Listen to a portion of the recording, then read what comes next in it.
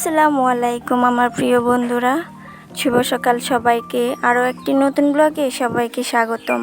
কেমন আছেন সবাই? আশা করি যে যেখান থেকে আমার ভিডিওটি দেখছেন সবাই ভালো আছেন, সুস্থ আছেন। আমরাও আল্লাহর রহমতে ভালো আছি, আর আপনারাও ভালো থাকুন সেই দোয়া করি।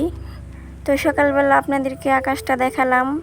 কালকে অনেক বৃষ্টি হয়েছিল, তো আকাশটা আজকে এত পরিষ্কার হয়েছে আর অনেক সুন্দর লাগতেছিল দেখতে। আর এদিকে সকালবেলা ঘুম থেকে উঠেই দেখি আম্মা ধান সেদ্ধ করতেছে। কালকে বিকেলবেলা ধান ভিজিয়ে রাখছিল সবাই, তো তখন অনেক বৃষ্টি ছিল। তো ভাবছিলাম যে কালকেও যদি এরকম বৃষ্টি থাকে তাহলে কিভাবে ধান সেদ্ধ করা হবে। তো যাই হোক, আলহামদুলিল্লাহ সকালবেলা কোনো বৃষ্টি ছিল না। তো আম্মা সিদ্ধ করতেছিল, তো তখন আমিও আসলাম উঠে। তো এখন আমি একটু জাল দিয়ে দিতেছি, আর আম্মা আর বাকি কাজ আছে সেগুলা করবে। তো আমি এখন জাল দেব। আর ধানগুলা বেশি সেদ্ধ করা হবে না, হালকা একটা ভাপ দিয়ে উঠানো হবে।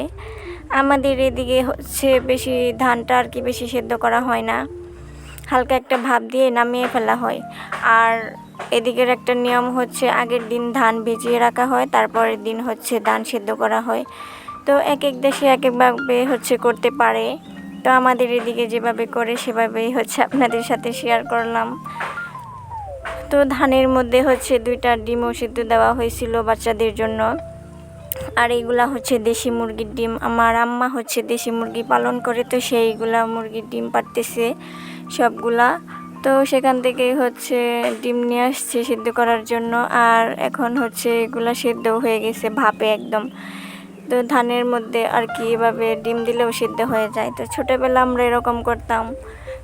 ছোটোবেলায় না হাঁসের ডিম খেতাম অনেক। তো তখন খোয়ার থেকে ডিম এনে একদম নানুরা দেখতাম যে সিদ্ধ করতো, তখন ধানের মধ্যেই ডিমগুলা দিয়ে দিতাম, সিদ্ধ হয়ে যেত, তারপরে সবাই মিলে খেতাম।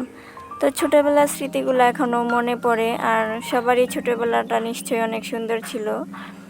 হয়তো কারো কম বেশি থাকতে পারে, কিন্তু ছোটোবেলা সবারই অনেক সুন্দর হয়। তো অনেক কথাই বলে ফেললাম। আর এদিকে আমার কথা বলতে বলতে ডিমগুলা সিদ্ধ হয়ে গেছে। এগুলাকে এখন ওদেরকে খাওয়াবো। তো ওরা বলতেছে ভাত দিয়ে খাবে। তো আমি তো বেশ খুশি হলাম ভাত দিয়ে যখন খাবে। তো আম্মা সকালবেলা ধান সেদ্ধ করার আগে কুকারে ভাত বসিয়েছিল। তো এখন ওদেরকে ডিম দিয়ে ভাত খাইয়ে দেবো। আর বড় মেয়ে একা একাই খাবে।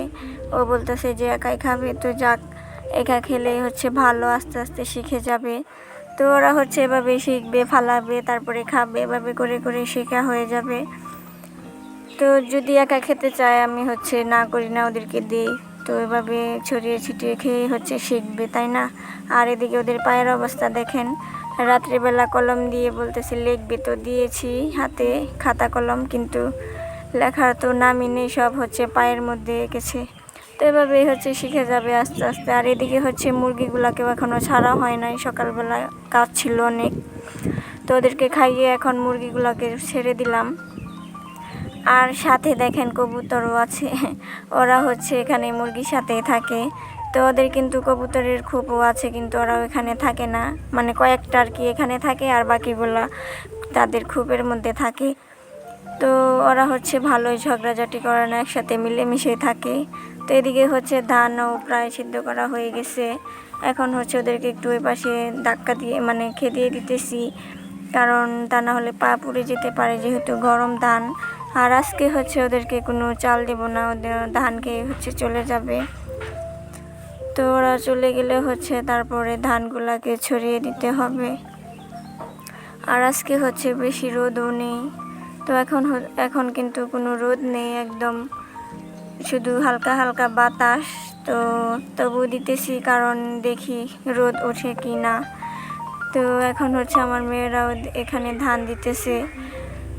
তো ওরা বেশ খুশি হয়েছে, এভাবে ধান দিতে পারতেছে। আর বলতেছে নানু আমাকে মাথা উঠিয়ে দাও।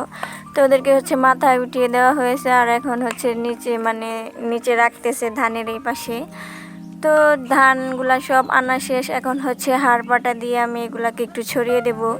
তো এটাকে আমরা হাড় পাটাই বলি, এক এক দেশে এক এক নাম হতে পারে। আমাদের এদিকে এটাকে হাড় পাটা বলে। তো কে এটাকে কী নামে চিনেন অবশ্যই জানাবেন কমেন্ট করে।